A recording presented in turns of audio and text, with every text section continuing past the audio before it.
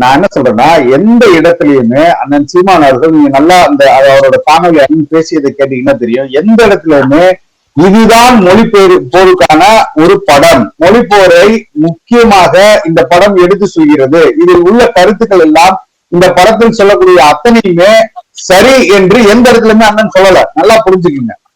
இந்த பட மொழிப்போரை உண்மையாக இந்த ஒரு படமாக எடுத்தோம் என்றால் நிச்சயமாக அது பல சர்ச்சைகளை உண்டாக்கும், பல கருத்துக்கள் வெளியிட விட மாட்டார்கள் என்ற ஒரு கருத்தை சொல்றாரு. அதையே விவாதிக்க மாட்டோம், அதையும் பற்றி பேச மாட்டோம். இந்த படம் சரியான படம் இல்ல, மொழிப்போரை முன்னிறுத்துற படம் இல்லைன்னு தானே அந்த இடத்துல பொருளாகுது. இந்த படம் வெறும் ஒரு சின்ன ஒரு மையத்தை மட்டும் எடுத்துக்கொண்டு அதை வைத்துக் கொண்டு ஒரு காதல் காட்சிகளும் ஒரு ஒரு ஒரு சுவாரஸ்யமாக அந்த கதையை நகர்த்தக்கூடிய வேலையை செய்திருக்கிறார் தவிர, எல்லோருடைய நடிப்பும் அது சிறப்பா இருக்கு. அதுல அவர் பேசக்கூடிய விஷயங்கள் தமிழை பற்றி பேசுகிறார்கள், தமிழ் மொழியை பற்றி பேசுகிறார்கள், அது எனக்கு பிடித்திருக்குன்னு தான் சொல்றாங்க.